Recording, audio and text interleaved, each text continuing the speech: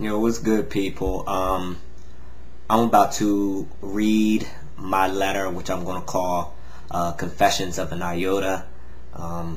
I've come across many black Greeks at work, or members of the Divine Nine, the BGLOs, which is comprised of the nine largest African American, well, predominantly African American fraternities and sororities in the last couple of weeks. And I just want to write this letter. It'll be the last time you'll ever hear me mention it or talk about it or go over my experiences, and I just wanted to share that on my YouTube video blog for you. So, share your thoughts with me, or comment, or whatever you want to do. It's your world. But anyways,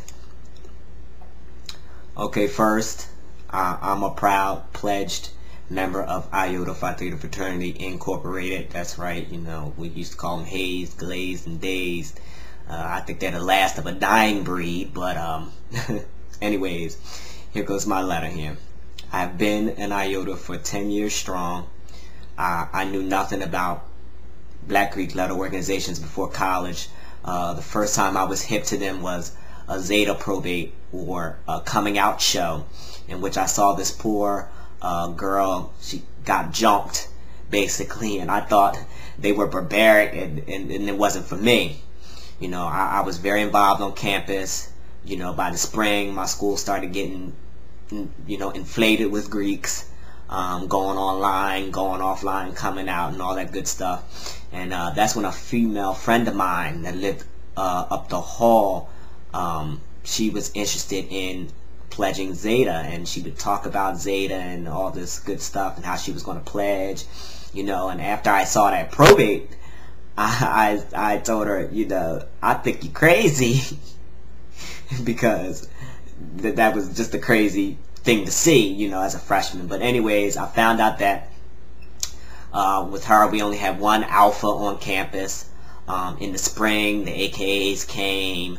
There was Qs online. They came, and we were throwing this party, and these random IOTAs, in which I didn't know who they were at the time, they started popping up, and people were hating on them, something terrible. I mean, really, really hating on them. So this man came up to my table to purchase tickets for the party, and he was dressed, and he casually, and he spoke very eloquently, and he was asking us about student life at my school and the percentage of blacks involved outside of academics. We went on and on and on. I mean, this brother, he was real deep. He was a real deep brother. And me and him and the other table associate, this guy that was next to me, we chalked it up a good while. Then these IOTAs came like down the stairs. If you've seen the way our student union building was, they came down the stairs, and they had called this brother up. And we shook hands. He joined his bros. And I was just in awe. Like, I wondered why someone could hate individuals like this brother that I came in contact with because he was in a certain organization. And I insisted on finding out more about these brothers. Even more so, I like playing against the odds.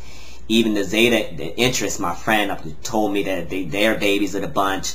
You don't want to do that to yourself. She just added, fuel to the fire. I love being the low man people are sleeping on, and I vowed that I would join this organization for that purpose. But reality was, I came in contact with these IOTAs, and they came to my school, eager to start a chapter.